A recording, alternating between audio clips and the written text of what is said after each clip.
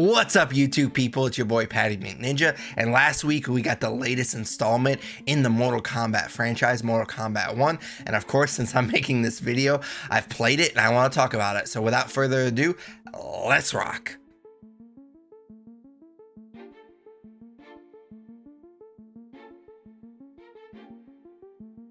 And I'm sure I've talked about this on a past video, but I'm a huge fan of the Mortal Kombat franchise. Literally, Mortal Kombat on the Super Nintendo was one of the first video games I ever played as a kid, which I'm not sure what my parents were thinking, letting me play that as a little kid. And I've basically played the franchise ever since. My buddies and I from high school, literally anytime a new Mortal Kombat game was released, we would plan a huge Mortal Kombat tournament. Mortal Kombat Deception is literally my favorite Mortal Kombat game of all time because of one of those past tournaments. And so I'm always super hyped when a new Mortal Kombat game will be released. I was especially excited for Mortal Kombat 1 because this is the big reboot. This is a big deal with the franchise. Mortal Kombat 1 was officially released on September 19th. However, if you pre-ordered the premium edition, which you can always tell I'm super hyped for a game because I never pre-order them. I especially never pay extra for the privilege of playing it early, but it's a Mortal Kombat game and I was super hyped for this one. So I did shell out the extra money to play it early. Also, if you pre-ordered, regardless of what edition you pre-ordered, you also got Shang Tsung as a playable fighter. I'm assuming, I don't know if they've made this official, but I'm assuming he will be available as like a DLC character later. But as of right now, you can only have him available as a playable fighter if you pre-ordered the game. Mortal Kombat 1, as all Mortal Kombat games are, were developed by NetherRealm Studios, which is a studio founded by Ed Boon, who co-created the Mortal Kombat franchise. They also make the Injustice games as well. It was published by Warner Brothers Games, and it was released on everything. But when I say everything, it's getting to the point where everything means the Switch and everything except for PlayStation 4 and Xbox One. I personally played the premium edition on PlayStation 5.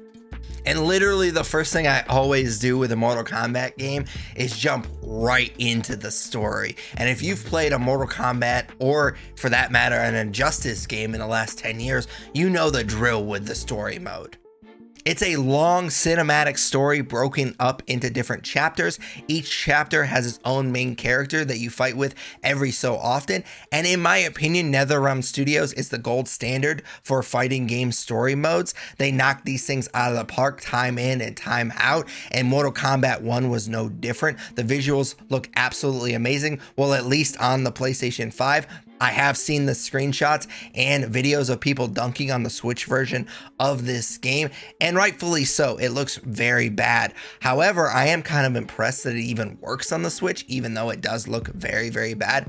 I also want to give props to the sound design and the voice cast. For the most part, there's one glaring exception to the great voice cast, but I won't name names just because I've seen a lot of people giving her a hard time for even being in this game. I especially enjoyed a moment with Shang Tsung early on in the story mode where it's basically just a close-up and it looks amazing. There's rain coming down his face and he just kind of does this like evil smile that slowly turns into like this Joker laugh. And I would say take my money at that point, but they already had my money.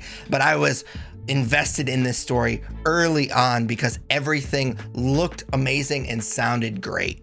Mortal Kombat as a franchise has always had a great sense of humor about it, but I was pleasantly surprised at how funny the Mortal Kombat 1 story mode was. It might actually be the funniest of all the Mortal Kombat games, and it's not just Johnny Cage either. Obviously, he carries most of the comic relief weight in all Mortal Kombat games, and he's definitely funny in this game as well, but other characters get into the act as well and have genuinely funny moments themselves. And as far as the plot is concerned with this story mode, the member berries were strong with this story. At times it kind of felt like we were playing the Mortal Kombat greatest hits. Of course, early on in the story, you start off with a Mortal Kombat tourney. You gotta have it. It's a Mortal Kombat game, so you gotta have a Mortal Kombat tourney. And then this game kind of gives its version of the Deadly Alliance, which I loved because that's a great game. And then the end kind of felt like a retelling of Armageddon. Again, that's a great game, so I didn't mind. Luckily, it wasn't just a all rehash of previous games. A lot of times when they did do something similar, they changed it just enough where it felt fresh to OG Mortal Kombat fans like myself. They also kind of used this game's story mode as an excuse to give historically undercooked characters like Reptile and Baraka a chance to shine, which I really loved, especially the fact that they made Tarkat a disease instead of a clan, which I thought was a really interesting way of going about it, especially because Baraka has always been low-key one of my favorite characters. I loved him as a kid just because he looked badass, but he's never really had a legit backstory, and I think that they did a great job making him a sympathetic character in Mortal Kombat 1. And as much as I loved those earlier games that I mentioned, if I just wanted a retelling of those stories, I would just replay those games. So I'm really glad that they mixed it up enough to make those storylines feel fresh. It certainly doesn't hurt the story mode of Mortal Kombat 1 that the character design in this game is top notch. I already mentioned Reptile and Baraka, and they look badass in this game. General Shao, who isn't Khan yet in this storyline, looks intimidating as fuck. Ermac also looks awesome. The one exception to the great character design is unfortunately Quan Chi. When you first see Quan Chi in this story, I was like, man, they did my boy dirty. It looks like if you ordered Quan Chi from wish.com. Luckily, they rectified the situation very quickly, but there's like an hour of the story mode of Mortal Kombat 1 where Quan Chi looks embarrassingly bad. I also want to give NetherRealm Studios credit for how they handled the endings of Mortal Kombat 11 Aftermath. FYI, if you never played that expansion, there are 2 endings, and the community, myself included, just assumed that the Liu Kang ending was the quote-unquote true ending, that it was canon, and the Shang Tsung ending was just kind of an extra ending, an alternate ending. But they did this interesting thing about halfway through the story mode, without spoiling anything, that they kind of morphed those 2 endings, and it turns out both of them kind of were canon. Overall, my experience with the story mode of Mortal Kombat 1 was positive. Unfortunately, there were 2 glaring issues I had, and the first being something that I've kind of thought about for a while now. It's kind of an issue with all of these games. However, it felt like Mortal Kombat 1 was especially bad about it. And that is, there were long stretches in this story mode where I would literally set my controller down and it was like I was watching a TV show. And as I mentioned earlier, the cinematics were great in Mortal Kombat 1.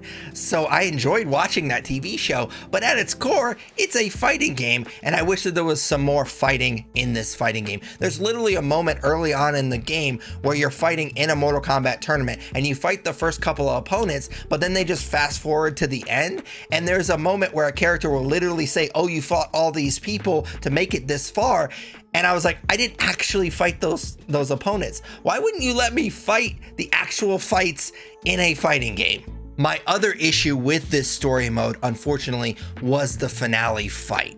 So the chapter leading up to the finale was awesome. Like I said earlier, it's kind of an homage to Armageddon. You're going slowly up this tower and you're fighting people along the way. The cinematics are amazing. It kind of has this Across the Spider-Verse multiverse vibe to it, where you're coming across these alternate versions of all these cool characters, and it was just a blast. And at this point, you've been playing for like 5 or 6 hours. In any game, no matter what the genre, you assume that the story is building to some grand finale. Take Mortal Kombat 11, for example. The ending fight, the Kronika fight, is awesome. She's a badass bitch, and you're constantly like bouncing to different timelines, so the environment is changing. It is epic. You get none of that in the finale fight of Mortal Kombat 1. It is just literally your typical generic Mortal Kombat fight that you'll have 1,000 other times, and it's just very anticlimactic. To make matters worse, the end credit song that rolls literally right after that lackluster fight is this really corny Mortal Kombat rap that I absolutely hated. So it was just like the shitty cherry on top of a very anticlimactic finale. However, like I said earlier, despite those two nitpicks, my overall experience with the story mode in Mortal Kombat 1 was positive. But again, at its core, of course, Mortal Kombat 1 is a fighting game. The franchise has made its name for itself by being over the top, violent, and bloody. In this game, Mortal Kombat 1 doesn't pull any punches, pun intended, with the violence. You get all the blood and gore you've come to expect with a Mortal Kombat game. You get the fatalities, the brutalities, the x-rays, the fatal blows that have made this franchise famous. They're all here in Mortal Kombat 1. And I already mentioned the sound design with the story mode, but it deserves to be repeated here as well. I can't imagine how much time and effort is put into making everything sound so real, but it definitely pays off. The punches and kicks really sound like real punches and kicks. It certainly doesn't hurt that the environments, as they have for a while now, look amazing in Mortal Kombat 1. My only gripe with the environments isn't actually with the environments themselves, is more of a game mechanic gripe, and that is the fact that you can't actually interact with anything in the environment, which has been a staple for a while in Mortal Kombat games. And it's a bummer because I just assumed it was going to be in all Mortal Kombat games in perpetuity. However, it does feel like they took that out to put a very big feature, kind of back of the box, sell you on Mortal Kombat 1 feature that is brand new to the franchise. I am, of course, talking about the Kameo fighters, and they've been hyping up this new feature for a while now. When I first heard of the idea, I assumed it would be kind of like any other assist system in other fighting games, or maybe it'd be like the Fatal Blow, where it'd be very minimalistic, or it'd be one and done per match. But I've been pleasantly surprised at how deep the feature actually is. The roster of Kameo fighters is really impressive.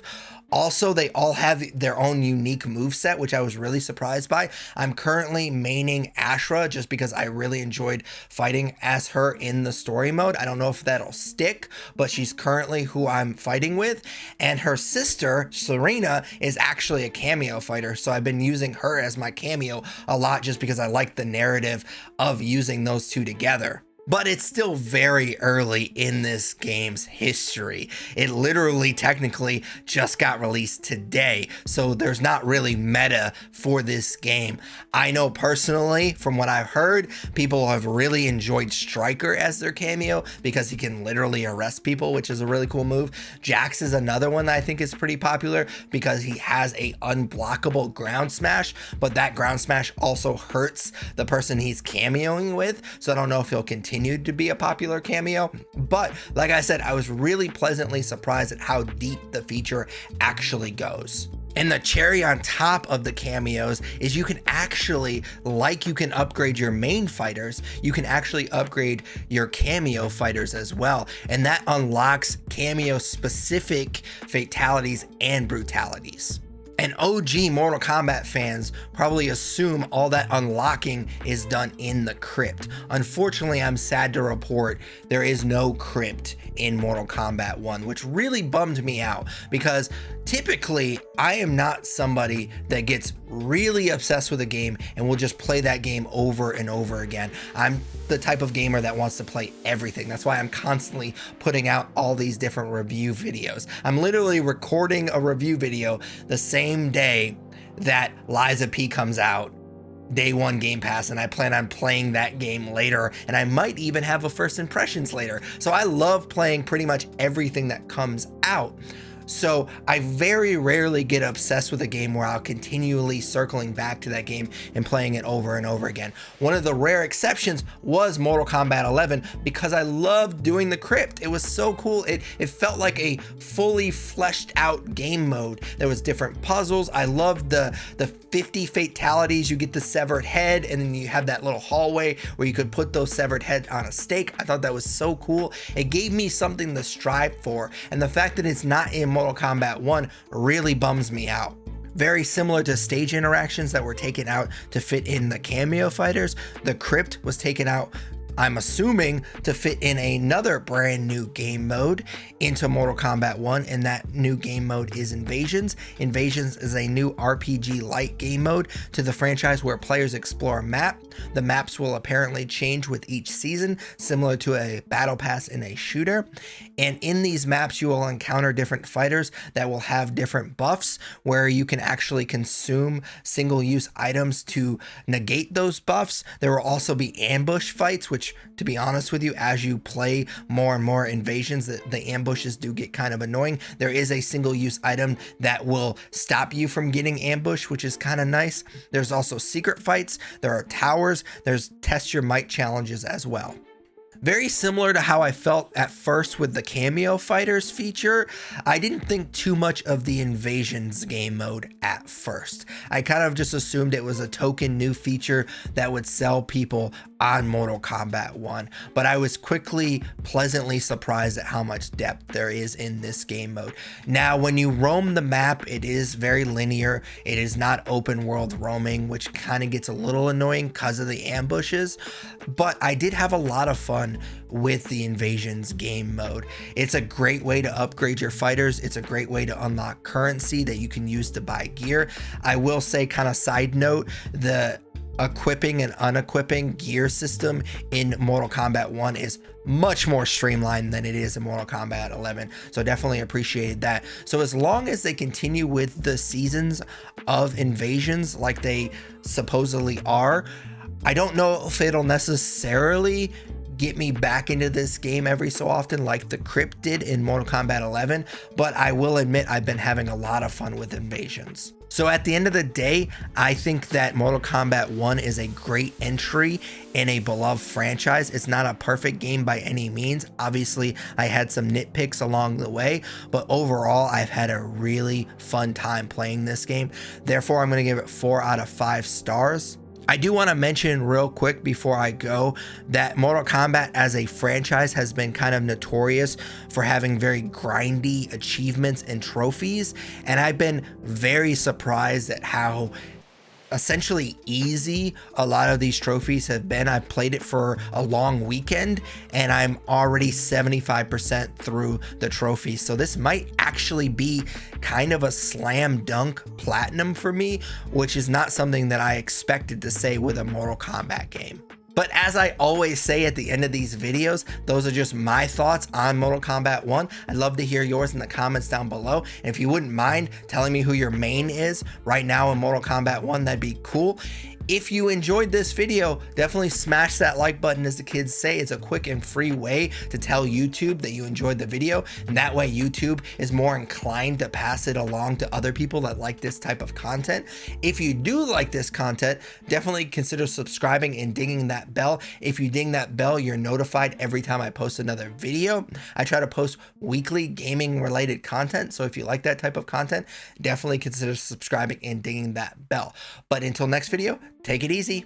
What's up, YouTube people? It's your boy Patty McNinja, and this is my boy Yoshi, aka Kitty Boy, and we were just talking and we agree that since you made it this far in the video, you might as well subscribe.